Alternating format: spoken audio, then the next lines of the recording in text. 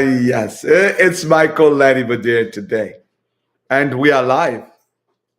We're live with, a morning inspiration. I'm quite sure that this is going to make your day. One of the things we don't many times really understand is the integration of Christian theology in our daily living. In our daily living, we need to be inspired. And I'm telling you, there is no greater source of inspiration than what's offered throughout our life as children of God.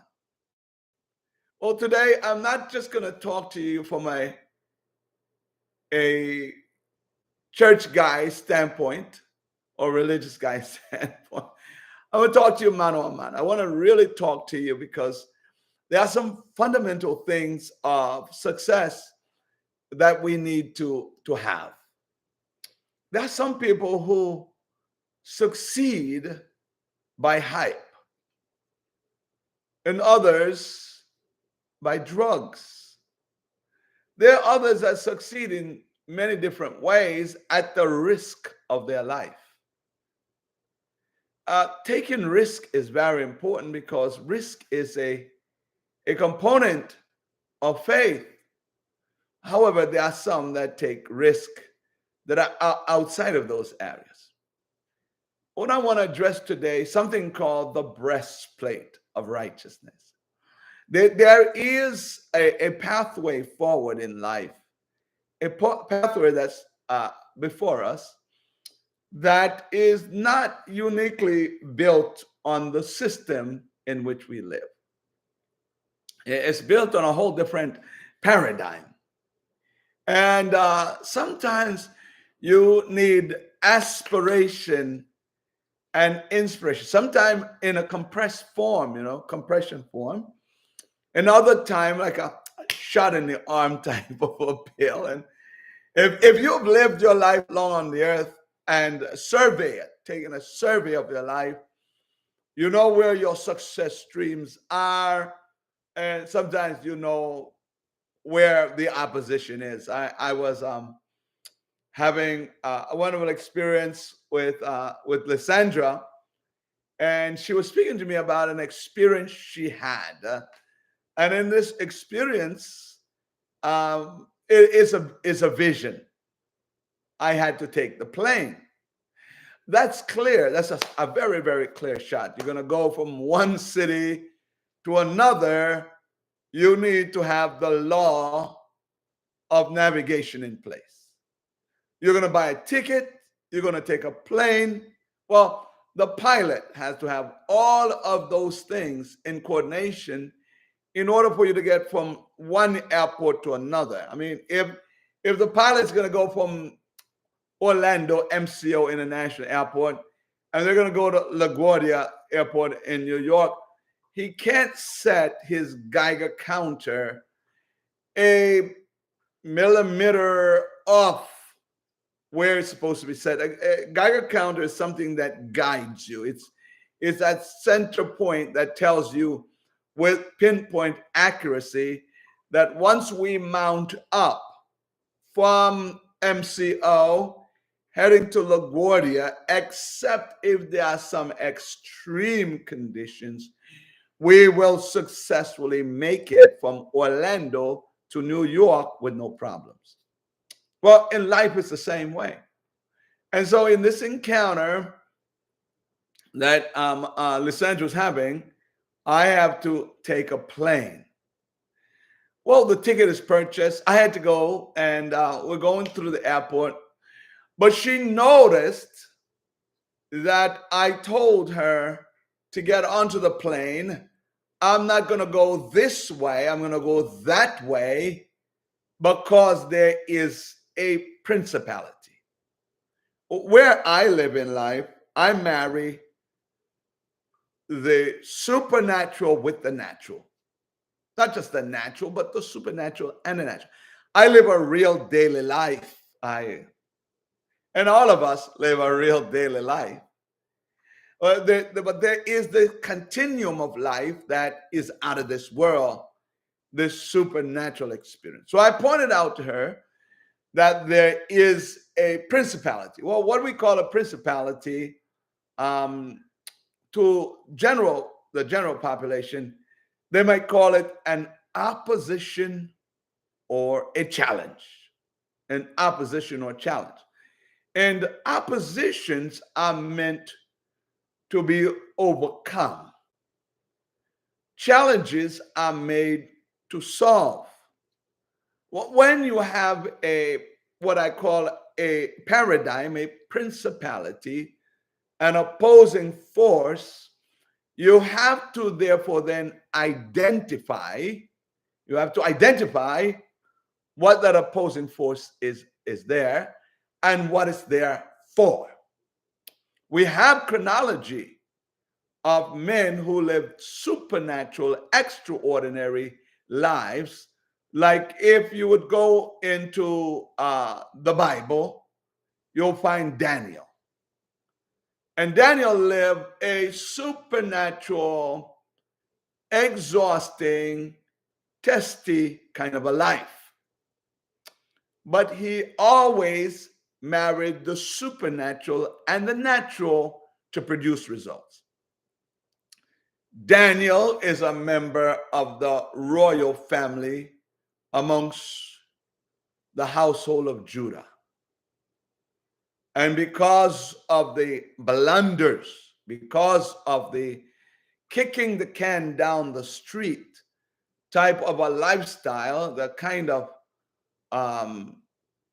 what then turns out to be idolatrous lifestyle, unfaithful lifestyle, suddenly there is another empire, which we well know of, which is the Babylonian Empire. And so, unwittingly, many times we may think we live on our own, but we really don't. There is other forces that are engaged in our lives. Sometimes people are looking into the clouds and into the skies for movements of body parts and structures. Some people are observers of the moons and planets. But we are well educated and taught that there are other forces, other beings than man alone that controls this whole sphere. Man is given a vast amount of authority, vast, that the beautiful thing about you and I is that if we really understand how we are made, what we are made for, how we develop, we are chosen from amongst men to have a divine relationship with God. And when we have that relationship, we virtually call it a marriage. So men were created, men were built, men were developed for this integration of God living in man and man living with God. I mean, it's a dynamic relationship, and it's not an out of this world experience, it's actually in this world experience. So since it's an in this world experience, yet still a supernatural experience, man who is finite is made to live with or to accommodate he who is infinite. That's where in our household we speak about being infiniteers. You've heard of millionaires, you've heard of billionaires, you've heard of trillionaires, you've heard of zillionaires, and then there's this exhausted form that you could pick from. It's called an infiniteer. An infiniteer is one who is finite, like myself or any one of us, that are created naturally, that interacts with the infinite. Kind of like a Buzz Lightyear kind of thing, to infinity and beyond, that kind of stuff. And so, because of this interaction, we know that God built us, not just made us or created us, fashioned us or formed us, but is probably better understood in the Spanish completo, completely. You know, God made us as such a beautiful creature that there is nothing that we cannot do that our authority or jurisdictions given to us that we can't do. And so I want to leave that out as a measure to face your daily oppositions, because your daily oppositions, your daily challenges are not elusive. They're right there in your face, but you have to overcome them. And that's what I'm trying to get to. Overcoming the hurdles, overcoming the opposition, overcoming the excuse, facing the challenges, overcoming the challenges, and sitting in your right mind, in your right mind. So over the last while, we have been motivating you about stirring up your pure mind. And I remember teaching this thing in New Jersey. It was just off the chain. It was like a Wednesday evening. We had gotten together. I had done no preparation at all. I had done no preparation. I was exhausted. I mean, I left New Jersey exhausted. New Jersey is this little state, not as big as the great state of Florida or the great state of California or the great province of Ontario. It's a little state, but it's compression. It's compression. They literally call New Jersey the armpits of New York. Its compression is that it gets to bite a piece off of New York, deal with New York lifestyle, and people recluse back to New Jersey, as it were, to dwell. And you got to deal with so many different dynamics. You know, you got to constantly be dealing with different dynamics. And if you're out of sync, it's very tough, because New York and New Jersey are money capitals. The money capital. So people live and run hard in those places. And sometimes they don't even take consideration as to what they buy and sell when it comes down to the philosophies they embrace or different things. So it's a mixed bag of stuff. So I lived there for a while, and one Wednesday night I got together with a group of people, and I was supposed to instruct them. And as I got to instruct them, generally I usually pray within. I pray both within and without. Like, okay, Lord, where do I go from here now? And he said to me, 2 Peter chapter 3 and verse 1. And so I get into this teaching about pure mind. And I remember something about pure mind because I had studied the brain development of a baby, brain development of a child, and brain development of an adult. And it's a very unique feature to see how the baby's brain, virtually has no groovings at all in it. No groovings, none whatever. But when you take a look at an adult's mind, or supposed developed mind, there's, vast amount of craters in there, mountains and valleys. When the scientist takes a donated brain and take a look at it, you see all kinds of stuff. People will go through brain aneurysms. People will go through strokes, different things. You get to see all of this different interaction that happens with the mind and the brain. The brain, actually. But the Bible not only focuses just on the brain for healing, but then it focuses on the mind. The mind. In fact, we are called as people who are required to understand the highest orders of life, truth. We are called to renew the mind. So there's this part in which you will live in the face of the earth, and your mind will become junkified. Some of the stuff people digest are just absolute junk. Some of the philosophies are absolute junk. Some are just twisted mentality. Some of them are just deceive platforms. messed up platform, configured out of a sort platform. Some of them are just, so different. But there is this part in which you have to yet still navigate life, because you had to go from being born as an individual, developing person, into maturity. And so you're going to go through shock and awe in life. But still, the Bible has coded within it something called your pure mind. Pure mind. And there is that part of the mind. I mean, if you talk with the doctors, they'll tell you in some places, in most places, we only use 33% of our brain. That means 66% of the brain is undeveloped.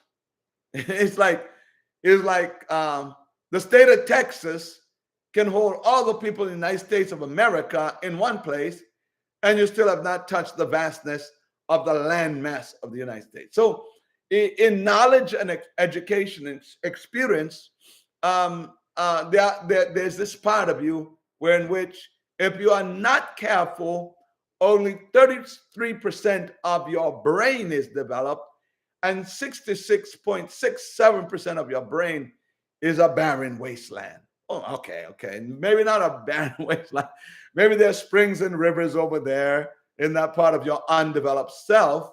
But if you're only using 33% of your capacity, which is 100%, then you're not being fully used. This actually happens to Christians who get persecuted, in which they will enter into realms. I mean, they'll enter into realms where their full facilities are developed. They can hold the capacity.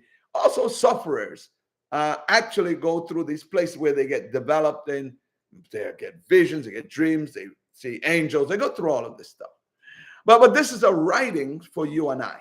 And the writing is basically this: hey, I want that part of you that is pure to be stirred. Because that part of you that's pure, that is not stirred, you're going to have the capacity to go back into what was considered the impure self. The impure self.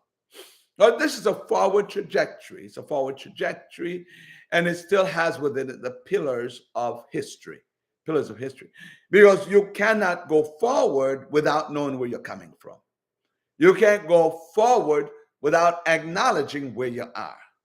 But it's a call to expose the foundations of the old in order to develop new foundations of the future.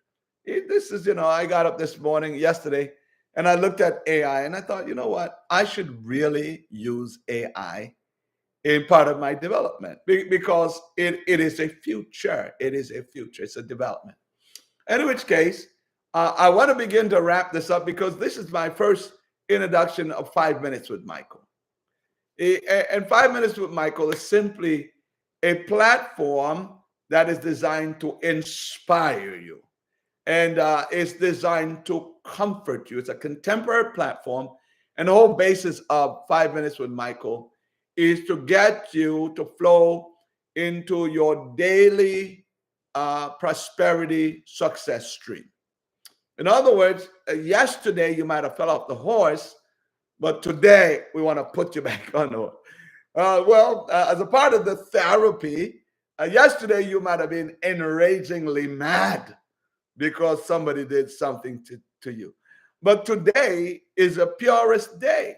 So you can't enter into today with yesterday's madness. It's a therapy. 5 Minutes with Michael is a therapy, and it's aimed purely to get you into